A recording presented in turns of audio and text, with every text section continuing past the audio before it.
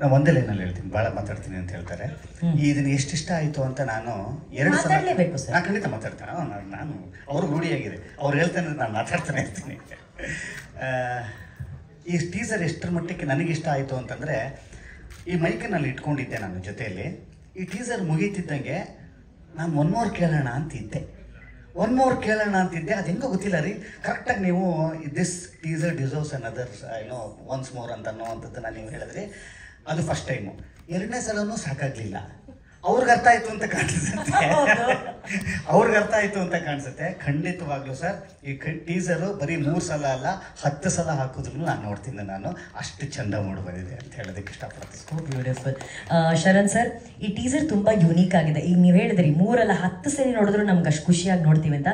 You as an actor sir, ನೀವೆಂತೆಂಥ challenging ಪಾತ್ರಗಳನ್ನು ಮಾಡಿದ್ದೀರಾ. ಇವ್ರು ಎಲ್ಲೂ ಕೂಡ ಸರ್, ಇದಕ್ಕೆ ಆ್ಯಕ್ಚುಲಿ ರಘು ನಿಡುವಳ್ಳಿ ಸರ್ ಅವರು ಡೈಲಾಗ್ಸ್ ಬರೆದಿದ್ದಾರೆ.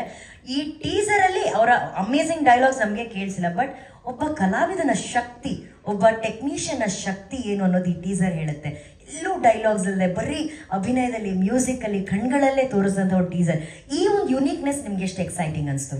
ನನಗೆ ಈ ಥರದ ಪ್ರಯತ್ನಗಳು ಆಗಬೇಕಲ್ಲಪ್ಪ, ನಮ್ಮಲ್ಲಿ ಈ ಥರದ ಪ್ರಯತ್ನಗಳು ಆಗ್ತಾ ಇರಬೇಕಾಗಿತ್ತಲ್ಲ ಅಂತಂದಾಗ ಖಂಡಿತವಾಗ್ಲೂ ಇತ್ತೀಚಿನ ದಿವಸಗಳಲ್ಲಿ ಆ ಬ್ಲ್ಯಾಂಕನ್ನು ಫಿಲಪ್ ಮಾಡುವಂಥ ಒಂದಿಷ್ಟು ತಂಡಗಳು ಬರ್ತಾ ಇರುವಂಥದ್ದು ಖಂಡಿತವಾಗ್ಲೂ ಕನ್ನಡ ಚಿತ್ರರಂಗ ತುಂಬ ಶ್ರೀಮಂತವಾಗ್ತಾ ಇದೆ, ತುಂಬ ಶ್ರೀಮಂತವಾಗಿದೆ ಅಂತ ಅನ್ನೋದಕ್ಕೆ ಈ ಥರದ ಸಿನಿಮಾಗಳೇ ಸಾಕ್ಷಿ. ಅದಕ್ಕೆ ಖಂಡಿತವಾಗ್ಲೂ ಆ ಸಾಲಿನಲ್ಲಿ ನಿಲ್ಲುವಂಥ ಇನ್ನೊಂದು ಈ ಥರದ ಪ್ರಯತ್ನದ ಸಿನಿಮಾ ಇದಾಗಿದೆ ಅಂತ ಅನ್ನೋವಂಥದ್ದು ಇದೆಯಲ್ಲ.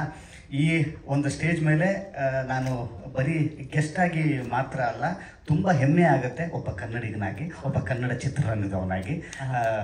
Thank you. ಕೊತ್ತಲವಾಡಿ ಅಂತ ಅನ್ನೋವಂಥ ಸಿನಿಮಾದ ಟೀಸರ್ ಅಂತ ಅನ್ನೋವಂಥದ್ದನ್ನು ನಾವು ಇವಾಗ ನೋಡ್ತಾ ಇದ್ವಿ. ಇಡೀ ಚಿತ್ರವನ್ನು ಸರ್ ಇಷ್ಟಿದೆ, ಒಂದು ನಿಮಿಷ ಇದೆಯಾ ಸರ್? 1:30 ನಿಮಿಷದಲ್ಲಿ ಈ ಸಿನಿಮಾ ಹೇಗಿರುತ್ತೆ ಅಂತ ಅನ್ನೋದನ್ನು ಎಷ್ಟು ಬ್ರೀಫಾಗಿ ಹೇಳಿದ್ದಾರೆ ಅಂತಂದರೆ ನೋಡಿ. ಆ್ಯಕ್ಚುಲಿ ಟೀಸರ್ ಅಂತ ಅನ್ನೋವಂಥದ್ದು ಒಂದು ಆಮಂತ್ರಣ, ಇನ್ವಿಟೇಷನ್ ಇದ್ದಂಗೆ. ಟೀಸರ್ ಈಗ ಆ್ಯಕ್ಚುಲಿ ಏನು ಗೊತ್ತಾ, ಮೊದಲಾದ್ರೆ ಒಂದಿಷ್ಟು ಥರದ ಬೇರೆ ಥರದಲ್ಲೇ ನಾವು ಜನಗಳನ್ನು ಈ ಸಿನಿಮಾ ನೋಡಲಿಕ್ಕೆ ಬನ್ನಿ ಅಂತ ಅನ್ನೋವಂಥದ್ದು, ಪೋಸ್ಟರ್ ಆಗ್ಬೋದು, ವಿನೈಲ್ಸ್ ಆಗಿರ್ಬೋವಂಥದ್ದು, ಹೋರ್ಡಿಂಗ್ಸ್ ಆಗಿರ್ಬೋದು, ಇವಾಗೆಲ್ಲ ಹೋಗಿ ಇವಾಗ ಟೀಸರ್. ಖಂಡಿತವಾಗ್ಲೂ ಇವತ್ತು ಜನ ನಿಮ್ಮ ಟೀಸರ್ ನೋಡ್ತಿದ್ದಂಗೆ ಈ ಸಿನಿಮಾಗೆ ನಾನು ಹೋಗಬೇಕಾ, ಈ ಸಿನಿಮಾ ನಾನು ನೋಡಬೇಕಾ ಅಂತ ಡಿಸೈಡ್ ಮಾಡುವಂಥದ್ದು ಇವತ್ತು. ಯಾಕಂತಂದರೆ ಅಷ್ಟು ವಾಸ್ಟಾಗಿ ಎಲ್ಲರೂ ಕೂಡ, ಎಲ್ಲ ಆಡಿಯನ್ಸ್ನೂ ಕೂಡ ಎಕ್ಸ್ಪೋಸ್ ಆಗಿದ್ದೀವಿ ನಾವು. ಯಾವುದ್ಯಾವುದೋ ಭಾಷೆ, ಎಲ್ಲೋ ಪ್ರಪಂಚದ ಯಾವುದೇ ಮೂಲೆಯಲ್ಲಿ ಒಂದು ಚೆನ್ನಾಗಿರೋ ಸಿನಿಮಾ ಬಂದರೆ ಯಾರೋ ಒಬ್ಬರು ಫ್ರೆಂಡ್ ಬಂದು ಸಹ ಆ ಸಿನಿಮಾ ನೋಡಿದ್ದೀರಾ ಅಂತ ಹೇಳ್ತಾರೆ. ಇವತ್ತು ಕಾಂಟೆಂಟ್ ಅಂತ ಅನ್ನೋವಂಥದ್ದು, ಸಿನಿಮಾದ ಕಂಟೆಂಟ್ ಅಂತ ಅನ್ನೋವಂಥದ್ದು ಎಷ್ಟು ಮುಖ್ಯ ಅಂತಂತಂದರೆ, ಈ ಸಿನಿಮಾ ನೋಡಬೇಕು ಅಂತ ಅನ್ಸೋದು ಖಂಡಿತವಾಗ್ಲೂ ಅದರ ಟೀಸರಿಂದ. ಆದರೆ ಈ ಟೀಸರಲ್ಲಿ ನನಗನ್ಸಿದ್ದು ನೋಡಬೇಕು ಅಲ್ಲ, ನೋಡಲೇಬೇಕು ಅಂತ ಅನ್ನುವಂಥದ್ದು ಈ ತಂಡ ಮಾಡಿರುವಂಥದ್ದು. ಇದು ಈ ತಂಡಕ್ಕೆ ಸೇರಬೇಕಾಗಿರುವಂಥ ಹಿರಿಮೆ. ನೀವು ಕೇಳ್ತಿದ್ದಂಗೆ ನಾನು ಹೇಳ್ತೀನಿ, ಯಾಕಂದರೆ ನನಗೆ ಬಿಟ್ಟರೆ ಒಂದು 1 ಅವರ್ ಮಾತಾಡ್ತೀನಿ ನಾನು ಈ ಸಿನಿಮಾ ಬಗ್ಗೆ ಮಾತಾಡೋದು. ಇಲ್ಲ, ಆ ರೀತಿ ಮಾಡೋದೇ ಒಂದು ಚಿತ್ರದ ನಿಜವಾದ ಯಶಸ್ಸು ಸರ್. ಇನ್ನೊಬ್ಬ ಕಲಾವಿದನ ಇನ್ನಷ್ಟು ಮಾತಾಡಿಸ್ಬೇಕು ಅಂತ ಮಾಡಿಸುತ್ತಲ್ಲ, ಅದು ಆ ಚಿತ್ರದ ಒಂದು ಯಶಸ್ಸು. ಆ ಯಶಸ್ಸಿನ ಮೊದಲ ಹಂತವನ್ನು ನಾವು ತಲುಪಿಟ್ಟಿದ್ದೀವಿ. ಈಗ ಇನ್ನೊಂದು ವಿಷಯ ಬಹಳ ಇಂಪಾರ್ಟೆಂಟ್ ಆಗಿ ಮಾತಾಡಬೇಕಾಗಿರೋದು PA ಪ್ರೊಡಕ್ಷನ್ಸ್ ಬಗ್ಗೆ. ಪುಷ್ಪಾ ಮೇಡಮ್ ಹಾಗೂ ಅರುಣ್ ಸರ್ ಅವರು ಇವತ್ತು ನಮ್ಮ ಕನ್ನಡ ಚಿತ್ರರಂಗಕ್ಕಾಗಿರ್ಬೋದು ಅಥವಾ ಇಡೀ ವಿಶ್ವವೇ ಹೆಮ್ಮೆ ಪಡ್ತಾ ಇರುವಂಥ ಯಶ್ ಸರನ್ನ ನಮಗಾಗಿ ಕೊಟ್ಟಂತ ಜನ್ಮದಾತರು ಅವರು. ನಾನು ಆಗ್ಲೇ ಹೇಳ್ದಂಗೆ, ಇಲ್ಲ ನನ್ನ ಮಗ ಮಾತ್ರ ಬೆಳೆದ್ರೆ ಸಾಕಪ್ಪ ಅಂತ ಅನ್ಕೊಳ್ಳೋಂಥ ಯುಗದಲ್ಲಿ ಇಲ್ಲ, ಇನ್ನಷ್ಟು ಜನ ಬೆಳೆಯೋಣಲ್ಲ. ನಮಗೆ ಸಿಕ್ಕಿರುವಂಥ ಯಶಸ್ಸು, ನಮಗೆ ಸಿಕ್ಕಿರುವಂಥ ಒಂದು ಅವಕಾಶವನ್ನ ಬಳಸ್ಕೊಂಡು ಇನ್ನೊಂದಷ್ಟು ಒಳ್ಳೆ ಚಿತ್ರಗಳಿಗೆ, ಒಳ್ಳೆ ಕಲಾವಿದರಿಗೆ, ಒಳ್ಳೆ ಟೆಕ್ನಿಷಿಯನ್ಸ್ಗೆ ಒಂದು ಅವಕಾಶ ಮಾಡ್ಕೊಳ್ಳೋಣ ಅಂತ ಮುಂದೆ ಬಂದಿದ್ದಾರೆ. ಆ ಒಂದು ಒಳ್ಳೆತನಕ್ಕೆ, ಆ ವ್ಯಕ್ತಿತ್ವಕ್ಕೆ ಅವರಿಬ್ಬರಿಗೆ ನಿಮ್ಮ ಅಭಿನಂದನೆಗಳು. ಅಮ್ಮ, ಎಲ್ಲಿಂದ ಶುರು ಮಾಡಲಿ? ನನಗೆ ಅಮ್ಮ ಎಷ್ಟರ ಮಟ್ಟಿಗೆ ಇದು ಅಂತಂತಂದರೆ, ನನ್ನ ಫ್ಯಾಮಿಲಿ ಮೆಂಬರ್ ಅವರು. ಭಾಳಷ್ಟು ಜನಕ್ಕೆ ಗೊತ್ತಿರಲ್ಲ. ಒಂದು ಹೇಳಿದ್ರೆ ನಿಜವಾಗ್ಲೂ ಅದು ಸರಿನೋ ತಪ್ಪೋ ಅದು ಗೊತ್ತಿಲ್ಲ, ಆದರೂ ಹೇಳ್ತೀನಿ. ಅಮ್ಮ ಹೇಳು ಅಮ್ಮ ಮೋಸ್ಟ್ಲಿ ಎಷ್ಟು ಸರ್ ಅವ್ರಿಗೆ ಎಷ್ಟು ಸಲ ಫೋನಲ್ಲಿ ಮಾತಾಡ್ತಾರೋ ಇಲ್ಲೋ ಗೊತ್ತಿಲ್ಲ, ಅದಕ್ಕಿಂತ ಹೆಚ್ಚು ನಮ್ಮ ಅಮ್ಮನ ಜೊತೆ ಮಾತಾಡ್ತಾರೋ ಕೇಳಿಬೇಕಾರೆ. ಸತ್ಯನಮ್ಮ? Best of friends, phone of friends. ದಿವಸಕ್ಕೆ ಒಂದು 2-3 ಸಲ ಅಂತೂ ಫೋನ್ ಇರುತ್ತೆ. ಆಮೇಲೆ ನನಗೆ ಅಮ್ಮಂಗೆ, ನಾನು ಯೂಶಲಿ ನನ್ನ ಅಮ್ಮಂಗೆ ಸಖತ್ ಜನ ಫ್ರೆಂಡ್ಸು. ಎಂಗೇಜ್ ಬರ್ತಾ ಇದೆ ಅಂದರೆ ಮೋಸ್ಟ್ಲಿ ಇವ್ರು ಮಾತಾಡ್ತಿರ್ತಾರೆ ಅಂತ. ನಮ್ಮ ಅಮ್ಮಂದು ಎಂಗೇಜ್ ಬರ್ತಾ ಇದೆ ಅಂದರೆ ಅದು ಹಿಂಗೆ ಅರ್ಧ ಗಂಟೆ ಮುಕ್ಕಾಲು ಅವರ್ ಮಾತಾಡ್ತಾರೆ, ಸರಿನಾ? ಇದು ಒಂದು ಬಾಂಡಿಂಗು ನನ್ನ ಮತ್ತು ಅಮ್ಮನ ಜೊತೆಯಲ್ಲಿರುವಂಥದ್ದು. ನಮ್ಮ ಮನೆಗೆ ಬರ್ತಿದ್ದಂಗೆ, ನಮ್ಮ ಮನೆ ಅಂದರೆ ನಮ್ಮ ತಾಯಿಯವರ ಮನೆಗೆ ಓಪನ್ ಮಾಡ್ತಿದ್ದಂಗೆ ಎದುರುಗಡೆ ಯಶ್ ಸರ್ ಅವ್ರದ್ದೇ ಫೋಟೋ ಇರೋದು. ಇದು ಒಂದು ಎಕ್ಸ್ಟೆಂಡೆಡ್ ಫ್ಯಾಮಿಲಿ. ಹೀಗಾಗಿ ಇಲ್ಲಿ ಒಂದು ಸಿನಿಮಾಗೆ ಟೀಸರ್ ಲಾಂಚಿಗೆ ಬಂದಿದ್ದೀನಿ ಅಂತ ಅನ್ನಿಸ್ತಾ ಇಲ್ಲ, ನನ್ನದೇ ಪ್ರೊಡಕ್ಷನಿನ ಒಂದು ಸಿನಿಮಾದಲ್ಲಿ ಲಾಂಚಿಗೆ ಬಂದಿದ್ದೀನಿ ಅಂತ ಅಂದು ಅಷ್ಟೇ ಖುಷಿ ಆಗ್ತಾ ಇದೆ ನನಗೆ. ಖಂಡಿತ ರೀ, ಇದು ನನ್ನದೇ ಸಿನಿಮಾ. ನನಗೆ ನಿಜಕ್ಕೂ ಈ ರ್ಯಾಂಬೋ ಸಿನಿಮಾದಲ್ಲಿ ನನಗೊಂದು ಆಯ್ತಲ್ಲ, ಒಂದು ಥರದ ಭಾವನೆ. ಖಂಡಿತವಾಗ್ಲೂ ಈ ಸ್ಟೇಜು ನನಗೆ ಅಷ್ಟೇ ಪ್ರಮುಖವಾಗಿದೆ, ಅಷ್ಟೇ ಅಮೂಲ್ಯವಾಗಿದೆ ಅಂತ ಹೇಳೋದಕ್ಕೆ ಇಷ್ಟಪಡ್ತೀನಿ. ಆಮೇಲೆ ನನಗೆ ಗೊತ್ತಿರೋ ಹಾಗೆ ಈ ಸಿನಿಮಾ ಶುರು ಮಾಡಿದ್ರೋ ಇಲ್ವೋ ಗೊತ್ತಿಲ್ಲ, ಒಂದು ಸಿನಿಮಾ ಮಾಡಬೇಕು ಅಂತ ನನಗೆ ಗೊತ್ತಿರೋಂಗೆ ಒಂದು 2 ವರ್ಷದಿಂದನೇ ಮಾತಾಡಿದ್ವಿ ನಾವು. ಖಂಡಿತವಾಗ್ಲೂ ಒಂದು 2 ವರ್ಷದ ಹಿಂದೆನೇ ಒಂದು ಸಿನಿಮಾ ಮಾಡ್ಬೇಕು ಕಣೋ ನಾನು ಅಂತಂದರು. ನಾನು, ಅಮ್ಮ ನೀವು ಎಷ್ಟೊಂದು ಬ್ಯುಸಿ ಇರ್ತೀರಾ, ಹೆಂಗೆ ಇದು ಸಿನಿಮಾ ಹೆಂಗೆ ಶುರು ಮಾಡ್ತೀರಿ, ಹೆಂಗಾಗುತ್ತೆ ನಿಮಗೆ ಅಂತ. ಇಲ್ಲ ಕಣೋ, ಒಂದಿಷ್ಟು ಥರದ್ದು ಏನೋ ಬೇರೆ ಥರದ್ದು ಮಾಡಬೇಕು, ಚಿಕ್ಕದಾಗೆ ಮಾಡೋಣ ಬಿಡು. ಅದು ಅವ್ರೇನೋ ಬೆಳೆದ್ರು, ಅದಾಯಿತು, ನಾವು ಒಂದೇನೋ ಮಾಡಬೇಕಲ್ವಾ ಅಂತಂದ್ರು.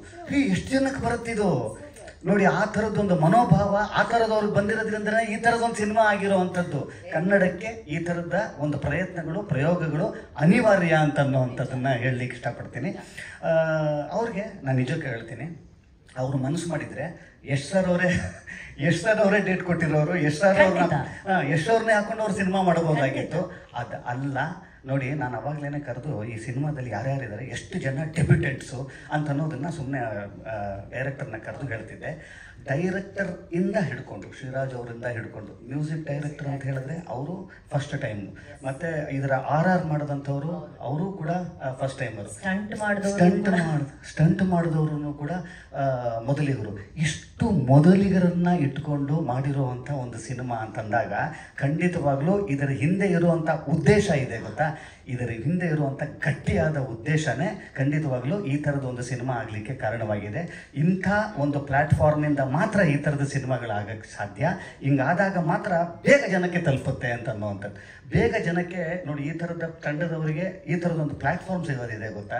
ಖಂಡಿತವಾಗ್ಲೂ ಶ್ರೀರಾಜ್ ಅವರೇ ತುಂಬ ತುಂಬ ತುಂಬ ಖುಷಿ ಆಗುತ್ತೆ. ಈ ಥರದ ಒಂದು ಬ್ಯಾನರಿನ ಒಟ್ಟಿಗೆ ನಿಮ್ಮ ಒಂದು ಲಾಂಚ್ ಆಗ್ತಾ ಇದೆ ಗೊತ್ತಾ. ತುಂಬ ರಾಯಲ್ ಎಂಟ್ರಿ ನಿಮ್ಮದು, ತುಂಬ ರಾಯಲ್ ಎಂಟ್ರಿ. ಭಗವಂತ ಇದೇ ಥರದ ಯಶಸ್ಸು ನಿಮಗೆ ಪೂರ್ತಿ ನಿಮ್ಮ ಕೆರಿಯರ್ ಪೂರ್ತಿ ಕೊಡಲಿ ಅಂತ ಅನ್ನೋವಂಥದ್ದು ನಾನು ನಿಮಗೆ ಆಶಯಿಸ್ತೀನಿ. ನಾನು ಅದೇ ಹೇಳಿದೆ ಮೇಡಮ್ಗೆ, ನನಗೆ ಆ್ಯಕ್ಚುಲಿ ಈ ಸಿನಿಮಾ ಶುರು ಮಾಡಿರೋಂಥದ್ದು ಗೊತ್ತಿಲ್ಲ ನನಗೆ. ಒಂದು 2 ವರ್ಷ ಆದಮೇಲೆ ಮತ್ತೊಂದು ಫೋನ್ ಬಂತು ನನಗೆ, ಶರಣ ಯಾವಾಗ ಸಿಗ್ತೀಯಾ ಅಂತಂದು.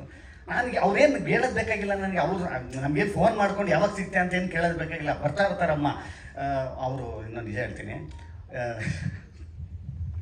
ಮೆಣಸಿನಕಾಯಿ ಚಟ್ನಿ ಮಾಡ್ತಾರೆ, ಎಕ್ಸ್ಟ್ರಾಡಿನರಿ. ಇದನ್ನ ಕೇಳಿದ್ದೀರಾ ನೀವು? ನಾವು ಚಟ್ನಿಗೆ ಮೆಣಸಿನಕಾಯಿ ಹಾಕ್ತೀವಿ, ಆದ್ರೆ ಮೆಣಸಿನಕಾಯಿನೇ ಒಂದು ಚಟ್ನಿ ಆಗೋದು ಇದೇ ಫಸ್ಟ್ ಟೈಮ್ ಕೇಳಿರೋದು. ಎಕ್ಸ್ಟ್ರಾಡಿನರಿ ಮಾಡ್ತಾರೆ. ಸೊ ಇದು ನಮ್ಮ ಮನೇಲಿ ನನಗಿಂತ ನನ್ನ ವೈಫ್ ಜಾಸ್ತಿ ಪೆಟ್ಟು ಅವ್ರಿಗೆ. ಆ ಥರದ ಫೋನೋ ಫ್ರೆಂಡ್ಸ್ ಅವರೆಲ್ಲರೂ ಸಿನಿಮಾ ಒಂದು ಶೆಡ್ಯೂಲ್ ಆಯ್ತು ಕಣಪ್ಪ ಅಂತಂದ್ರು. ನಾನು 2 ವರ್ಷದಿಂದ ಸುಮ್ಮನೆ ಹೇಳಿದ್ರಲ್ಲಮ್ಮ ಅಂತಂದೆ. ಇಲ್ಲ, ಒಂದು ಒಳ್ಳೆ ಕತೆ ಸಿಕ್ತು, ಒಬ್ಬ ಒಳ್ಳೆ ಡೈರೆಕ್ಟರ್ ಸಿಕ್ಕಿದ್ದಾನೆ, ಸಿಕ್ಕಾಪಟ್ಟೆ ಟ್ಯಾಲೆಂಟೆಡ್ ಅವನು, ತುಂಬ ಚೆನ್ನಾಗಿ ಆಗ್ತಾನೆ ಕಣೋ. ಅವನ ಕತೆ ಕೇಳ್ತಿದ್ದಂಗೆ ಇಲ್ಲ, ಈ ಹುಡುಗನಿಗೆ ನಿಜವಾಗ್ಲೂ ಒಂದು ಸಿನಿಮಾ ಮಾಡಬೇಕು ಅಂತ ಅನ್ನಿಸ್ತು. ನಾನು ಸ್ಟಾರ್ಟ್ ಮಾಡಿದ್ದೀನಿ, ಫಸ್ಟ್ ಶೆಡ್ಯೂಲ್ ಮುಗಿಸಿದ್ದೀನಿ ಅಂತ ಹೇಳಿದ್ರು. ಅಲ್ಲಿ ಅವರ ಉದ್ದೇಶ ಗೆದ್ದಿರುವಂಥದ್ದು. ಉದ್ದೇಶಗಳು ಗೆಲ್ಲಬೇಕು ಅಂತ ಅನ್ನೋದಕ್ಕೆ ಅವರಲ್ಲಿರುವಂಥ ಒಂದು ಪರಿಪೂರ್ಣವಾದಂಥ ಒಂದು ಉದ್ದೇಶ ಇದೆಯಲ್ಲ, ಇವತ್ತು ಪ್ರತಿಯೊಂದು ಫ್ರೇಮಿನ ಮೇಲೂ ನನಗೆ ಕಾಣಿಸ್ತಾ ಇರುವಂಥದ್ದು ಅವರಲ್ಲಿರುವಂಥ ಆ ಉದ್ದೇಶನೇ. ಖಂಡಿತವಾಗ್ಲೂ ಆ PA ಪ್ರೊಡಕ್ಷನ್ಸ್ ಅಂತ ಅನ್ನೋವಂಥದ್ದು ನಾವು ಕನ್ನಡದಲ್ಲಿ ಇತಿಹಾಸಗಳಲ್ಲಿ ನಾವು ಕೇಳಿದ್ದು ತುಂಬ ದೊಡ್ಡ ಬ್ಯಾನರನ್ನು. ಪೂರ್ಣಿಮಾ ಪ್ರೊಡಕ್ಷನ್ಸು, ವಜ್ರೇಶ್ವರಿ ಅಂತ ಅನ್ನುವಂಥದ್ದು, ಈಶ್ವರಿ ಪ್ರೊಡಕ್ಷನ್ಸ್ ಅನ್ನುವಂಥದ್ದು. ಖಂಡಿತವಾಗ್ಲೂ ಆ ಥರದ ದೊಡ್ಡ ಪ್ರೊಡಕ್ಷನಿನ ಸಾಲಿಗೆ PA ಪ್ರೊಡಕ್ಷನ್ ಸೇರಲಿ ಅಂತನ್ನುವಂಥದ್ದು ಭಗವಂತನಲ್ಲಿ ಕೇಳ್ಕೊಳ್ತೀನಿ. ಆಮೇಲೆ ಪೃಥ್ವಿ ಸರ್, ನಿಮ್ಮ ಬಗ್ಗೆ ನನಗೆ ಇಷ್ಟು ಮಾತಾಡುವಂಥದ್ದಿದೆ. ಖಂಡಿತವಾಗ್ಲೂ ನಾನು ಭಾಳಷ್ಟು ಸಲ ಹೇಳ್ತಾ ಇರ್ತೀನಿ. ನನ್ನ ಮಗನ ಹತ್ರ ಬೆಳಿಗ್ಗೆ ಮಾತಾಡಿದೆ ನಾನು. ಪೃಥ್ವಿ ಅವ್ರದ್ದು ಒಂದು ಸಿನಿಮಾ ಲಾಂಚಿಗೆ ಹೋಗ್ತಾ ಇದ್ದೀನಿ ಅಂದ ತಕ್ಷಣ ನನ್ನ ಮಗ ಒಂದಿಷ್ಟು ಸಿನಿಮಾಗಳನ್ನ ನೋಡ್ತಾ ಇರ್ತೀನಿ ಇತ್ತೀಚಿನ ದಿವಸಗಳಲ್ಲಿ. ಯಾವ ಸಿನಿಮಾದು ನೀವು ಬೇಕಾದ್ರೆ ಇವತ್ತು ಈ ಶೋ ಇಲ್ಲದೆ ಇದ್ದಿದ್ರೆ ಇಲ್ಲೆಲ್ಲೋ ಕೂತಿರ್ತಿದ್ದ ಅವನು. ಅಷ್ಟರ ಮಟ್ಟಿಗೆ ಸಿನಿಮಾ ಫ್ಯಾನ್ ಅವನು.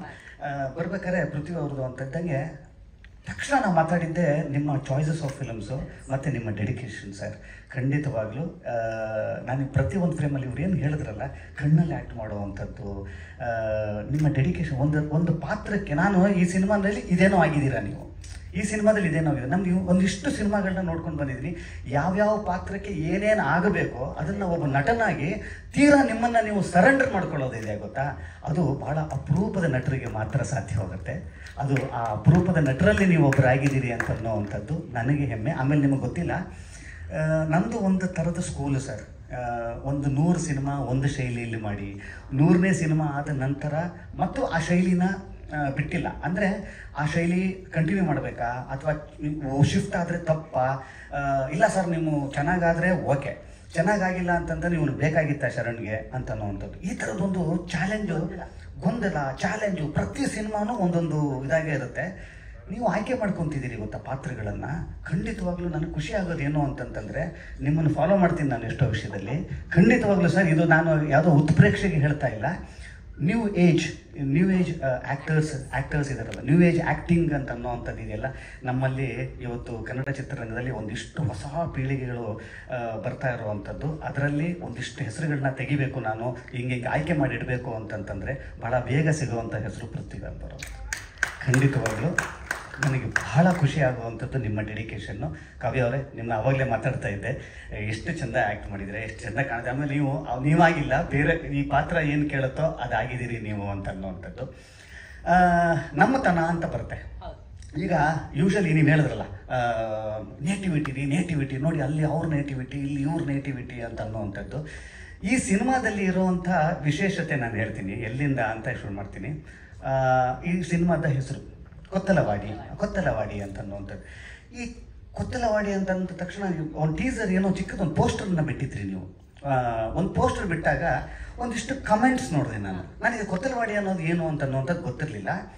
ಅಲ್ಲಿ ನೋಡಿದಾಗ ಒಂದು 4-5 ಜನ, ಗುರು ನಮ್ಮೂರು ಪಕ್ಕದ್ದು, ಗುರು ಇದು ನಮ್ಮೂರು ಇದು ಅಂತಂದ್ರು. ನನಗೆ ಅವಾಗ ಓಕೆ, ಇದು ಕೊಳ್ಳೇಗಾಲದ ಪಕ್ಕದಲ್ಲಿ, ಚಾಮರಾಜನಗರದ ಪಕ್ಕದಲ್ಲಿ ಇರುವಂಥ ಒಂದು ಇದು ಅಂತ ಅನ್ನುವಂಥದ್ದು. ನೋಡಿ, ನಮ್ಮಲ್ಲಿ ಒಂದು ಪ್ರಾಂತ್ಯವನ್ನು ಹೇಳಲಿಕ್ಕೆ ಆ ಊರಿನ ಹೆಸರು ಹೇಳ್ತಿದ್ದಂಗೆ ಇದು ಯಾವ ಪ್ರಾಂತ್ಯ ಅಂತ ಅನ್ನೋವಂಥದ್ದು. ಈಗ ನಾನು ಉತ್ತರ ಕರ್ನಾಟಕ, ನೀವಲ್ಲಿ ಅಣ್ಣಿಗೇರಿ, ಗುಡಿಗೇರಿ ಅಂತ ಅನ್ನೋವಂಥದ್ದು. ನೋಡಿ, ಶಿಕಾಂವ್, ಈಗ ಕೇಳ್ತಿದ್ದಂಗೆ ನಿಮಗೆ ಒಂದು ಪ್ರಾಂತ್ಯ ಗೊತ್ತಾಗತ್ತೆ. ನೀವು ಅದೇ ಥರ ನೀವು ಸುಳ್ಯ ಆ ಕಡೆ ಹೋಗಿ ಗೋಳಿಯಾಡಿ, ಮರ್ಕಂಜ ಅಂತ ಅನ್ನೋದು ಎಷ್ಟು ಚೆಂದ ಇದೆ ನೋಡಿ. ನೀವು ಆ ಹೆಸರು ಕೇಳ್ತಿದ್ದಂಗೆ ನಿಮಗೆ ಆ ಪ್ರಾಂತ್ಯ ನೆನಪಾಗತ್ತೆ. ನೀವು ಈ ಕಡೆ ಬರ್ತಿದ್ರೆ, ನೀವು ಹಾಸನ, ಈ ಕಡೆ ಬರ್ತಿದ್ದೆ ಪಟ್ನ, ಪುರ, ಈ ಥರದ್ದು ಇಲ್ಲಿ ಶುರು ಆಗುತ್ತೆ ನೋಡಿ. ಅದನ್ನು ಈ ಕೊತ್ತಲವಾಡಿ ಅಂತ ಅನ್ನುವಂಥದ್ದು ಕೊಳ್ಳೇಗಾಲ ಅಥವಾ ಈ ಚಾಮರಾಜನಗರದ ಪಕ್ಕದಲ್ಲಿರುವಂಥ ಆ ಪ್ರಾಂತ್ಯವನ್ನು ನೆನೆಸುವಂಥದ್ದು. ಇವತ್ತು ನಾವು ನೇಟಿವಿಟಿ ಅಂತ ಮಾತಾಡ್ತೀವಿ. ಖಂಡಿತವಾಗ್ಲೂ ಈ ಪ್ರೊಡಕ್ಷನ್ ಹೌಸು ತನ್ನ ಹೆಸರಿನಲ್ಲೇ ಎಷ್ಟು ಆಳವಾಗಿ ನಮ್ಮ ನೇಟಿವಿಟಿ ಒಳಗಡೆ ಹೋಗಿದೆ ಅಂತ ಅನ್ನೋದಕ್ಕೆ ಇದನ್ನು ಹೇಳಿದೆ ನಾನು. ಇದು ಖಂಡಿತವಾಗ್ಲೂ ನಮ್ಮ ನೇಟಿವಿಟಿವಿನ ಸಿನಿಮಾ, ಇದು ನಮ್ಮ ಸಿನಿಮಾ ಅನ್ಸ್ಕೊಳ್ಳೋದಕ್ಕೆ ಇದು ಟೈಟಲ್ಗೆ ನಾನು ಆ್ಯಕ್ಚುಲಿ ಬಿಡೋದೆ ನಾನು.